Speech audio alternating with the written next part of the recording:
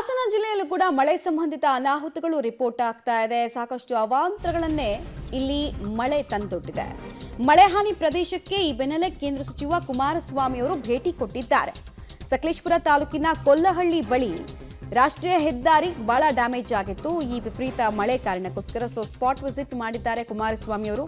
ಅಧಿಕಾರಿಗಳ ಜೊತೆಗೆ ಸ್ಥಳ ಪರಿಶೀಲನೆ ಮಾಡಿದ್ದಾರೆ ಕುಮಾರಸ್ವಾಮಿ ಅವರು. ಹಾನಿಯ ಪ್ರಮಾಣ ಎಷ್ಟಿದೆ, ಜೊತೆಗೆ ಏನೇನು ವ್ಯವಸ್ಥೆಗಳನ್ನು ಮಾಡಬಹುದು ಅನ್ನೋದನ್ನ ನೋಡಿದ್ದಾರೆ. ರಾಜ್ಯದಲ್ಲಿ ಮಳೆ ಸಂಬಂಧಿತ ಪ್ರದೇಶಗಳು, ಹಾನಿಗೆ ಒಳಗಾದ ಪ್ರದೇಶಗಳಿಗೆ ಭೇಟಿ ಕೊಡೋದನ್ನು ಮುಂದುವರಿಸಿದ್ದಾರೆ. ಅಧಿಕಾರಿಗಳಿಂದ ಮಾಹಿತಿ ಪಡೆಯುವಂತಹ ಸಂದರ್ಭದಲ್ಲಿ ಸೆರೆ ಸಿಕ್ಕ ರೀತಿ ಹೀಗೆ.